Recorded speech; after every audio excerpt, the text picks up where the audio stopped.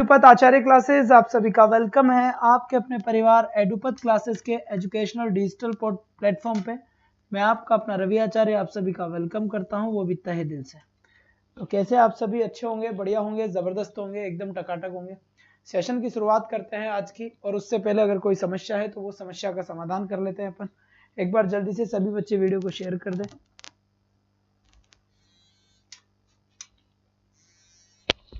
चलिए बेटा, बहुत बढ़िया बात है। चलिए शाबाश, थोड़ा सा वेट करें, कंटिन्यू करता हूं।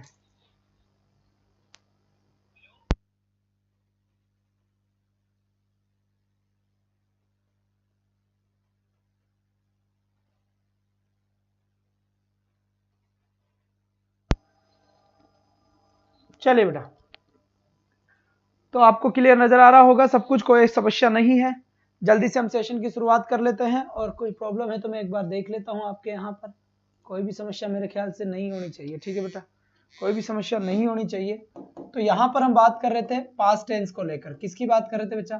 पास्ट टेंस की बात कर रहे थे, और पास्ट टेंस आज बिल्कुल शुरू होगा, स्टार्ट होगा। बिल्कुल सही बात है। तो बेटा अब यहाँ से 1 मिनट थोड़ा सा यहाँ पर देख लेते हैं। चलिए जल्दी से एक बार शेयर कर दें, फिर हम कंटिन्यू कर लेंगे बेटा, ठीक है, फिर हम कंटिन्यू कर लेंगे।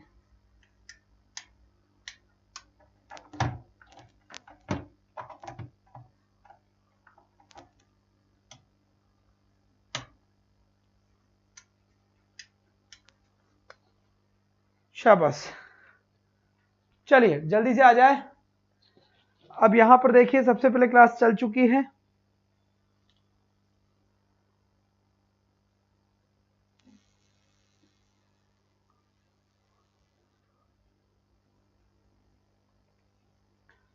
आज 10 बजे मिलते हैं सर। बिल्कुल बिल्कुल, 10 बजे तो रीट वालों से मिलेंगे बच्चे। तो यहाँ पर आ जाइए और जल्दी से हम सेशन की शुरुआत करते हैं। तो सबसे पहले मैं आपसे बात करना चाहूंगा, बेटा पास्ट इंडेफिनिट टेंस की। किसकी बात करूंगा? पास्ट इंडेफिनाइट टेंस की आपसे मैं बात करने वाला हूं। ये बात आपके समझ में आ गई होगी। अब इसकी हेल्पिंग वर्ब की अगर हम बात करेंगे, तो इसकी हेल्पिंग वर्ब क्या होती है बेटा? डिड होती है। और इसकी मेन वर्ब क्या होती है? इसकी मेन वर्ब होती है वर्ब की सेकंड फॉर्म। और अगर मान लीजिए कभी भी डिड आए तो डिड के साथ हमेशा वर्ब का कौन सा फॉर्म आता है? फर्स्ट फॉर्म आता है।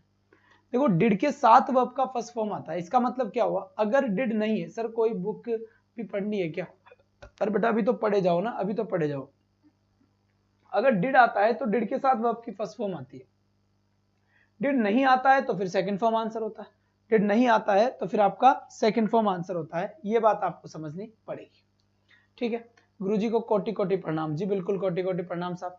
जी हाँ, और रीट वालों का मैराथन आज 10 बजे से, ध्यान रखना। अब यहां पर मैं आपसे बात करना चाहता हूं कि ये किसको बताता है? ये बताता है बेटा किसी भी एक्शन की समाप्ति को। कोई भी एक्शन क्या हो गया? कोई भी एक्शन बेटा फिनिश्ड हो गया। कोई भी एक्शन क्या हो गया? फिनिश्ड हो गया। फिनिश्ड का मतलब होता है काम समाप्त हो गया। अगर कोई भी काम अगर समाप्त हो गया तो फिर वो पास्ट इंडेफिनिट है। और जब भी कोई काम समाप्त होता है तो उस काम की समाप्ति को हम क्या करते हैं? सेकंड फॉर्म से शो करते हैं। जैसे मान लीजिए कि मैंने कल क्रिकेट खेला, सपोज दैट मैंने कल क्रिकेट खेला। अब मुझे पता है कि खेलना किसे कहते हैं? प्ले को खेलना कहते हैं। तो अगर खेला कल था तो मैं इसे प्लेड करूंगा। क्यों करूंगा? क्योंकि खेलने का काम कल था। खेलने का काम क्या था बेटा? कल हुआ था। तो कहीं ना कहीं हम ये कह सकते हैं कि कोई भी अगर पास्ट टाइम होता है या पास्ट इंडेफिनिट होता है तो पास्ट इंडेफिनिट वाले सेंस को हम सेकंड फॉर्म से एक्सप्रेस कर देते हैं, ठीक है। दूसरी बात, यहां से मान लीजिए मैं अगर यहां पे लिखूंगा तो मैं लिखूंगा डिड नॉट प्ले। अब यहां पर देखिए ये भी पास्ट ही है, क्योंकि इसमें क्या आ गया? इसमें आपका डिड आ गया। और डिड आ गया तो डिड के साथ मुझे वर्ब का फर्स्ट फॉर्म करना होगा। और डिड अपने आप को किसको बताता है? पास्ट को ही शो करता है। किसको शो करता है? पास्ट को शो करता है। तो मेरे ख्याल से ये बात आपके अच्छे समझ में आ गई होगी। अब इनमें से कुछ ऐसे वर्ड्स होते हैं जो हमें ये बताते हैं कि ये मामला पास्ट का है या फिर ये पास्ट का सिस्टम चल रहा है। ऐसे भी कुछ वर्ड्स होते हैं। तो मैं सबसे पहले इसकी बात करना चाहूंगा कौन कौन से ऐसे वर्ड है और क्या है। तो सबसे पहले देखिए बेटा, अगर मैं आपसे बात करना चाहूँ ना दोस्तों, तो यहाँ पर देखो अगो लिखा हुआ है। अगो के साथ साथ यहाँ पर यस्टरडे लिखा हुआ है। यस्टरडे के साथ साथ मैं बात करूँ यहाँ पे तो लास्ट के साथ टाइम लिखा हुआ आता है। लास्ट के साथ क्या लिखा हुआ आता है? टाइम लिखा हुआ आता है। लास्ट के साथ टाइम लिखा होता है। या फिर मैं ये भी बात कर सकता हूँ कि कोई पास्ट का एक्सप्रेशन होता है, ठीक है। पास्ट का क्या होता है? एक्सप्रेशन होता है। और इन सभी के लिए ही मुझे वर्ब की सेकंड फॉर्म का यूज करना होता है। इन सभी के लिए ही मुझे वर्ब की सेकंड फॉर्म का यूज करना होता है। यहाँ तक की बात आपके समझ में आ गई होगी। ठीक है बेटा, किसी कोई आपत्ति हो तो जल्दी से बता दो, किसी का कोई कमेंट हो तो जल्दी से बता दो। बिल्कुल सही तरीके से आपको नजर आ रहा है सब कुछ चीजें, कोई प्रॉब्लम वाली बात नहीं है, यहाँ से एकदम मस्त तरीके से आपको नजर आ रहा है। ठीक है, भरतपुर से प्रणाम, बहुत बढ़िया बेटा। अब यहाँ पर हम देखेंगे, क्या देखेंगे, जैसे मैंने यहाँ पे लिखा, यहाँ पर जैसे मान लीजिए मैंने एक सेंटेंस लिखा, और सेंटेंस क्या था, बड़ा ध्यान से सुने, सेंटेंस क्या था, इस बात को ध्यान से सुने। जैसे मैंने यहाँ पे लिखा कि रोहन नाम का एक लड़का था, उसने परचेज कर लिया। अब परचेज का मतलब उसने क्या करा, उसने खरीद लिया। क्या खरीद लिया उसने मान लीजिए एक फ्लैट खरीद लिया। क्या खरीद लिया, एक फ्लैट खरीद लिया। और कब खरीदा उसने, यस्टरडे खरीदा। अब यस्टरडे को मैं क्या कह सकता हूँ, यस्टरडे को मैं कह सकता हूँ बीता हुआ कल। तो यहाँ पर जो यस्टरडे वर्ड आ रहा है, ये यस्टरडे वर्ड किसको शो करता है, ये जैसे आप प्रीवियस भी बिल्कुल सही है, प्रीवियस डे भी हो सकता है, प्रीवियस, ठीक है, प्रीवियस डे भी हो सकता है, वो भी पिछला दिन ही होता है। अब यस्टरडे का मतलब क्या होता है, बीता हुआ कल होता है। इतनी सी बात तो अपने समझ में आ गई। तो यहाँ पर बात किसकी चल रही है, ये पास्ट की बात चल रही है, या फिर मैं यूं कहूँ कि ये बीते हुए कल की बात चल रही है। जब ये बीते हुए कल की बात चल रही है, इसका मतलब मुझे आंसर क्या करना पड़ेगा, इसका राइट आंसर मुझे परचेज का परचेज्ड करना पड़ेगा। राइट आंसर क्या करना पड़ेगा बेटा, परचेज का परचेज्ड आंसर करना पड़ेगा। ये रोहन आपका क्या हुआ, ये आपका सब्जेक्ट हुआ। यहाँ पर सब्जेक्ट मतलब क्या हुआ, इस परचेज करने के काम को इस रोहन भाई साहब ने किया है। और मैंने परचेज्ड क्यों करा है, क्योंकि ये काम पीछे का हुआ है, पिछले दिन हुआ है, यस्टरडे हुआ है, इसलिए मुझे यहाँ पर परचेज्ड आंसर करना पड़ा।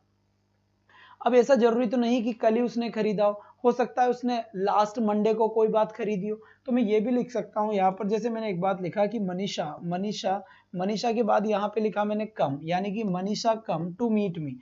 मनीषा मिलने आई, मीट मी मुझसे मिलने आई। कब मिलने आई, लास्ट मंडे मिलने आई। कब मिलने आई बेटा, लास्ट मंडे मिलने आई। अब यहाँ पर एक बात देखनी है कि ये मंडे जो है, मंडे तो एक टाइमिंग है, लेकिन मंडे कौन सा, लास्ट मंडे है। जब लास्ट मंडे की बात चल रही है, इसका मतलब पिछले मंडे की बात चल रही है, और पिछले मंडे की बात चल रही है, इसका मतलब क्या होगा बेटा, तो लास्ट हो गया, लास्ट मंडे आपका ये आंसर हो गया।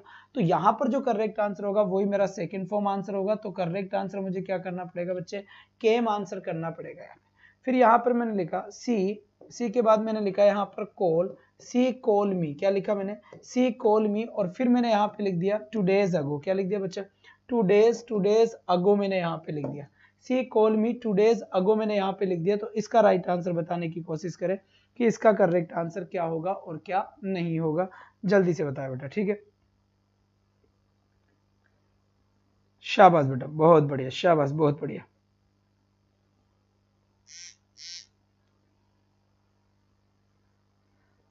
चलिए, तो यहां से इसका राइट आंसर देने की कोशिश करें कि इसका करेक्ट आंसर क्या होगा। बहुत बढ़िया बात है बेटा, बहुत बढ़िया बात है, शाबाश बेटा। बताइए इसका राइट आंसर क्या होगा, एक बार जल्दी से बता दे। करेक्ट आंसर बताए बेटा इसका, शाबाश। तो यहाँ पर देखिए मैं क्लास को शेयर कर देता हूँ, कोई बात नहीं है, जल्दी जल्दी से कर देते हैं थोड़ा बहुत। लाल सोट की धरती से प्रणाम, बहुत बढ़िया बात है बेटा, प्रणाम। अब यहाँ पर देखिए, यहाँ पर शांति से देखेंगे हम, क्या देखेंगे कि यहाँ पर क्या आ गया, अगो आ गया। अब अगो किसको बताता है, अगो बताता है बेटा पहले, यानी पास्ट के काम को। तो यहाँ पर कॉल की जगह मेरा राइट आंसर क्या हो जाएगा, मेरा करेक्ट आंसर हो जाएगा बच्चे कॉल्ड। क्या राइट आंसर मेरा होगा, कॉल्ड आंसर मेरा करेक्ट हो जाएगा। कोई भी आपत्ति यहाँ पर नहीं होगी मेरे ख्याल से। तो ये चीजें आपके समझ में आई हो तो जल्दी से थंब का निशान सेंड कर दे। और रीट वाले स्टूडेंट ध्यान रखे बेटा, आज 10 बजे से उनका क्लास है, इसीलिए इसमें मेरी एनर्जी कम है।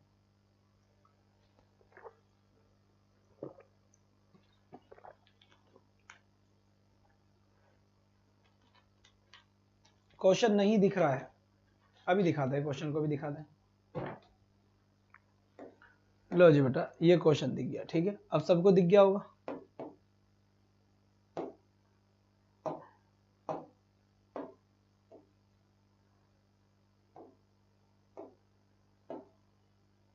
ये लीजिए,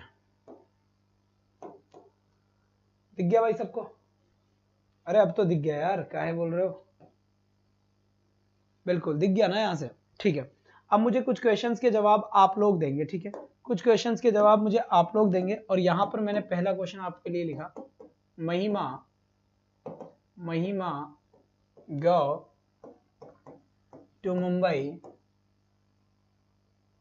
लास्ट मंथ, क्या लिखा मैंने, लास्ट मंथ, ठीक है।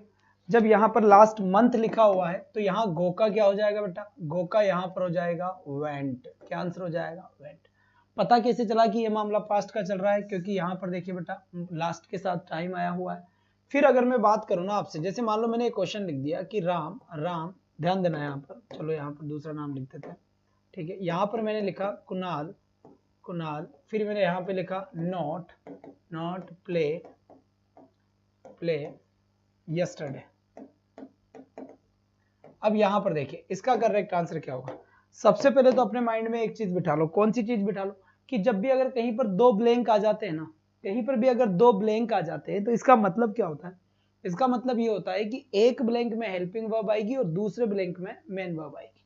तो यहां अगर देखा जाए तो यहाँ पर एक ब्लैंक यहाँ पे नजर आया है, दूसरा ब्लैंक यहाँ नजर आया है, बीच में नोट आ रहा है। और नोट का नियम क्या होता है, ये नोट का नियम क्या होता है, वी कैन नॉट यूज, मैं दोबारा लिख रहा हूं इसे शांति से देखें, we cannot use, we cannot use not, we cannot use not, फिर मैंने यहाँ पे लिखा है without helping verb, without helping verb, यानी बिना helping verb के, बिना helping verb के हम not का यूज नहीं कर सकते, बिना helping verb के हम किसका यूज नहीं कर सकते, not का यूज नहीं कर सकते। तो यहाँ पर helping verb क्या आएगी। अब सबसे पहले तो ये भी तो प्रॉब्लम होती है ना कि sir helping verb do does भी तो आ सकती है, मैंने कहा आ सकती है, फिर इसमें डीडी क्यों आएगा, क्योंकि यहां से मुझे इस बात का पता चल गया कि यहाँ पर यस्टरडे दिया हुआ है। अब अगर यहाँ यस्टरडे दिया हुआ है इसका मतलब ये सारा का सारा मामला पास्ट का चल रहा है, और अगर ये सारा मामला पास्ट का चल रहा है इसका मतलब एक बात तो पक्की होगी कि ये सेंटेंस पास्ट का है, पास्ट का है तो फिर हेल्पिंग वर्ब मुझे डिड का यूज करना पड़ेगा, और वर्ब डिड के साथ कौन सी फॉर्म आती है बेटा, वर्ब का फर्स्ट फॉर्म आता है। यह हमें थोड़ा सा ध्यान रखना पड़ेगा, बिल्कुल ये काफी जरूरी है ध्यान रखने के लिए, क्योंकि काफी इंपॉर्टेंट चीज है यहाँ से।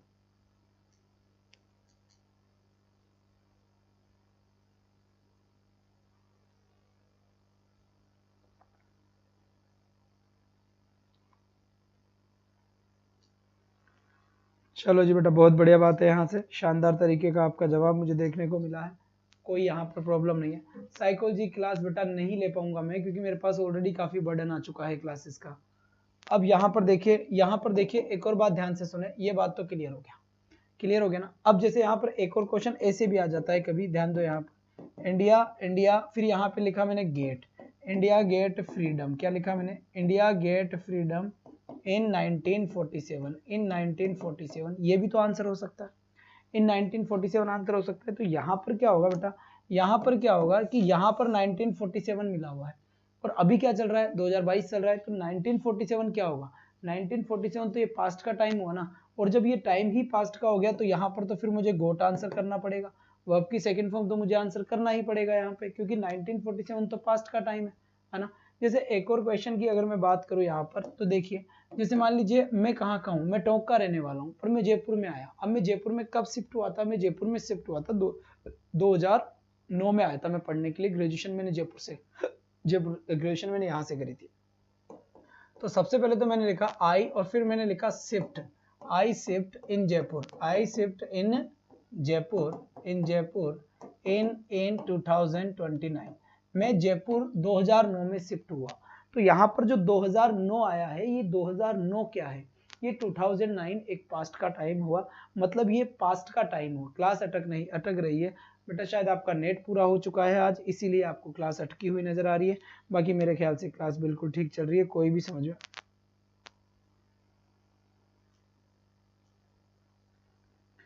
तो यहाँ से बेटा बात आ गई होगी आपके समझ, जी बिल्कुल, बहुत बढ़िया बात है, बहुत बढ़िया, शाबाश बेटा शाबाश, कोई टेंशन वाली बात नहीं है, यहाँ पर एकदम मस्त काम है, बिल्कुल नो प्रॉब्लम है बेटा, यहाँ पर एकदम टकाटक काम है आपका, कोई टेंशन वाली बात यहाँ पर नहीं है। तो यहाँ पर करेक्ट आंसर आपका क्या हो गया, शिफ्टेड आंसर करेक्ट हो गया, बिल्कुल सही बात है, शिफ्टेड, यानी कि सेकंड फॉर्म आंसर हो जाएगा बेटा, सेकंड फॉर्म आंसर हो जाएगा, करेक्ट आंसर बात आ गई।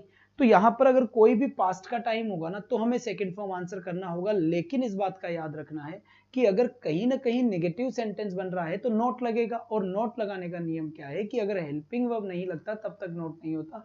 भाई साहब टॉक में हम पीपलू के हैं, पीपलू प्रॉपर थे, इसीलिए मैं प्रॉपर पीपलू का हूँ। सर आप यहाँ पढ़ाते हो, मुझे आज पता चला है। लाला राम यादव जी कोई बात नहीं है, बाकी सारी पब्लिक को भी बता दें कि रवि आचार्य सर एडुपत आचार्य क्लासेस पे पढ़ाते हैं। Thank you so much. अब इसके बाद एक और चीज आपको समझनी होगी, बताऊं कौन सी? यहाँ से देखिए, यहाँ मैंने एक सेंटेंस लिखा है इट इज टाइम, मैंने एक वर्ड लिखा है यहाँ पर इट इज टाइम, और इट इज टाइम के साथ साथ लिखा है बेटा मैंने इट इज हाई टाइम। क्या लिखा है मैंने? इट इज हाई टाइम यहाँ पे लिखा है, और फिर मैंने यहाँ पे लिखा है इट इज अबाउट टाइम। क्या लिखा है बेटा? इट इज अबाउट टाइम लिखा है, ठीक है। इट इज राइट, और फिर मैंने एक और सेंटेंस यहाँ पे लिखा है बेटा इट इज राइट टाइम, भी मैंने यहाँ पे लिख दिया है इट इज राइट टाइम। तो यहाँ पर देखो कुछ फ्रेजेस मैंने लिखी है, कुछ फ्रेज मैंने लिखी है। क्या लिखी है? ध्यान से देखना। यहाँ लिखा है इट इज टाइम, यहाँ लिखा है इट इज हाई टाइम, यहाँ लिखा है इट इज अबाउट टाइम, यहाँ लिखा है इट इज राइट टाइम। तो कहीं ना कहीं अगर मैं देखने की कोशिश करूंगा ना, तो इन फ्रेज के बाद मान लीजिए कहीं पे टू आता है तो मुझे वर्ब का फर्स्ट फॉर्म यूज करना होगा, और इनके जस्ट बाद अगर कोई सब्जेक्ट आता है तो मुझे यहाँ पर वर्ब का सेकंड फॉर्म यूज करना पड़ेगा। थोड़ा सा तेज please. Okay dear, okay okay, no doubt, तेज बोल देंगे, कोई प्रॉब्लम नहीं है।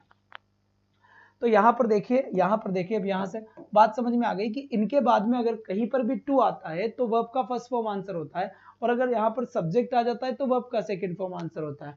सर मैं आपकी कोचिंग, कोई बात नहीं बेटा, वीडियो के लिए वहां देखा था, कोई बात नहीं, बाकी यहाँ देख ले, कोई बात नहीं, सब अपने ही प्लेटफॉर्म है, वो भी अपना है, ये भी अपना है, जहां हमने काम कर लिया वो अपना ही है, और हमारी क्लासेस इधर ही लगेगी कहीं ना कहीं। अब आपसे एक बात बोलूँ क्या? अब एक बात बोलूँ क्या? यहाँ से ध्यान से दो, ध्यान से देखो, टिंगर पीछे वाले मोहल्ले वाले इधर देखो। अगर मैं यहाँ पर एक क्वेश्चन लिख देता हूँ, मैंने लिखा इट इज टाइम। क्या लिखा बेटा मैंने? It is time to solve, it is time to solve these questions. क्या लिखा बेटा मैंने? दीज क्वेश्चंस मैंने लिखा है दोस्तों यहाँ पर। अब ऐसा ही एक सेंटेंस कंपैरिजन करके पढ़ा रहा हूँ ताकि आपको अच्छे से आ जाए, है ना। अरुणा वैष्णव जी थैंक यू सो मच, आप हमें जानते हैं, कैसे जानते हैं भाई। यहाँ पर फिर लिखा हुआ है सेकंड क्वेश्चन, ध्यान से देखिए, इट इज टाइम लिखा हुआ है, इट इज टाइम, और यहाँ लिखा है वी, और फिर मैंने यहाँ लिख दिया सॉल्व, और फिर बच्चे मैंने यहाँ पे क्या कर दिया? दीज क्वेश्चंस मैंने यहाँ पे लिख दिया है, दीज क्वेश्चंस मैंने यहाँ पे लिख दिया।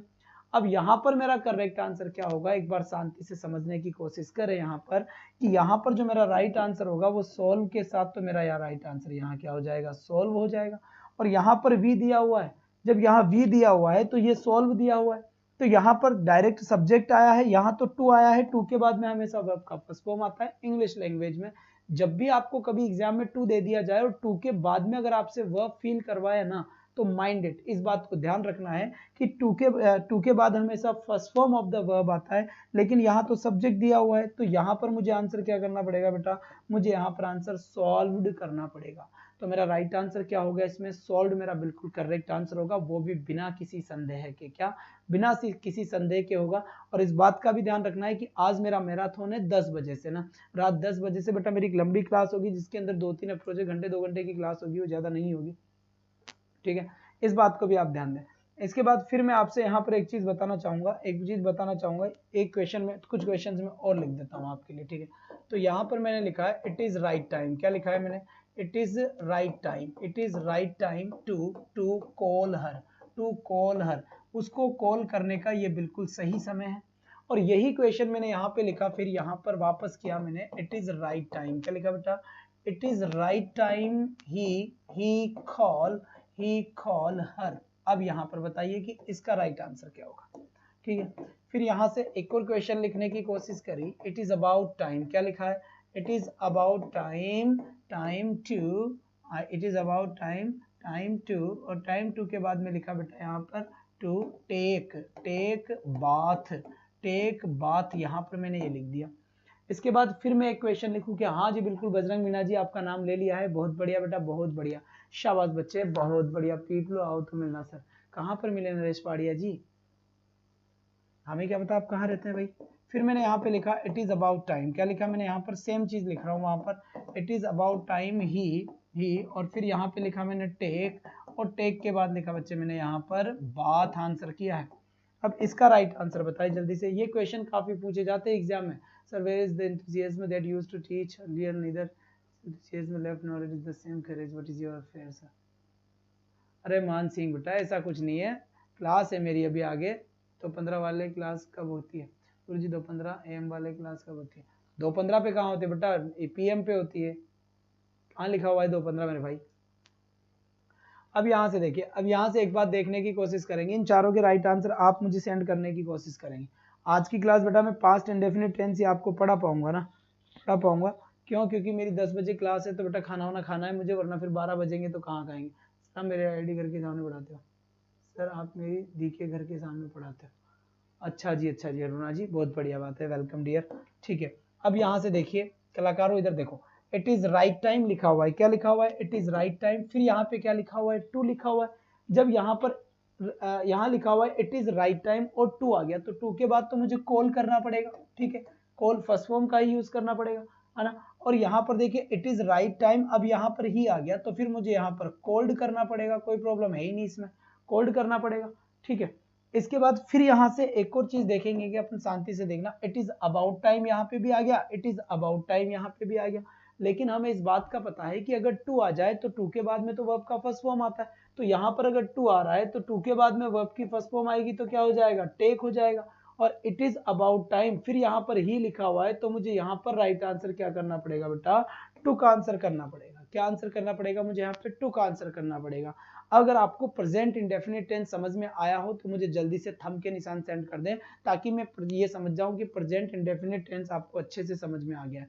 तो जल्दी से थंब के निशान सेंड कर दे बेटा, इस बात का ध्यान दे। ठीक है, और आज मैं आपको प्रेजेंट इंडेफिनिट ही पढ़ा पाऊंगा। इसके बाद में कल आपका प्रेजेंट, कल तो संडे है, कल 12 घंटे की लगातार क्लास होगी। ध्यान रखना, सुबह 6 बजे से लेकर शाम के 6 बजे तक लगातार 12 घंटे की क्लास होगी, जिसके अंदर राजस्थान जीके का संपूर्ण बेटा कोर्स आ जाएगा आपका, चाहे हिस्ट्री हो, आर्ट एंड कल्चर हो, पॉलिटी हो, चाहे ज्योग्राफी हो। बढ़िया तरीके से 12 घंटे तक ताबड़तोड़ बैटिंग चलेगी कल। बात समझ में आ गई?